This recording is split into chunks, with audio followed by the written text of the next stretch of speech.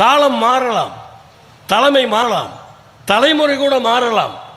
ஆனால் கொள்கையும் லட்சியமும் மாறாது, மாறக்கூடாது என்பதற்காகத்தான் இந்த அரசாங்கத்திற்கு திராவிட மாடல் அரசாங்கம் என்று பெயர் சூட்டி இருக்கிறார். நாங்கள் ஆட்சிக்கு வந்தோம். ஆட்சிக்கு வந்தது 2021ஆம் ஆண்டு மே மாதம் 7ஆம் தேதி. அன்றைக்குத்தான் நம்முடைய அமைச்சர் மெய்யநாதன் அவர்களும் நம்முடைய தலைவருடைய அமைச்சரவையில் அமைச்சராக பதவியேற்றார். அன்றைக்கு தன்னுடைய பிச்சிப்பு வார்த்தைகளால் உச்சி முகர்ந்து உச்சரித்தார் நம் முதல்வர். முத்துவேல் கருணாநிதி ஸ்டாலின் என்னும் நான் என்றார். இந்த உச்சரிப்பு டெல்லியில் இடி விழுந்ததை போல கேட்டது.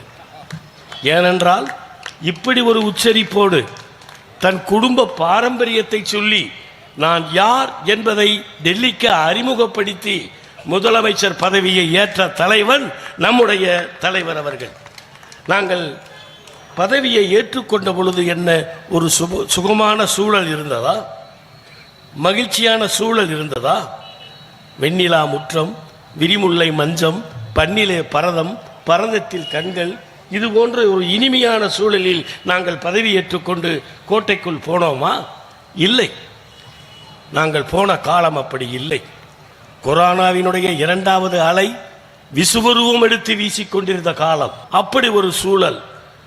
ஆட்சியில இருந்து கீழே இறங்கிய எடப்பாடி பழனிசாமி 4,56,000 கோடி ரூபாய் கடனை எங்கள் தோளிலே தூக்கி வைத்துவிட்டு அவர் வெளியேறினார். இப்படிப்பட்ட சூழ்நிலையில்தான் நாங்கள் ஆட்சிக்கு வந்தோம்.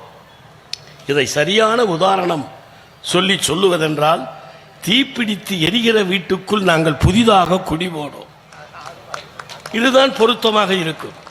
உள்ளே போனோம், தீயை அணைத்தோம், வீட்டை செப்பரிட்டோம், நாங்கள் கொடுத்த வாக்குறுதிகளை நடைமுறைப்படுத்தி செய்து கொடுக்க தொடங்கினோம்.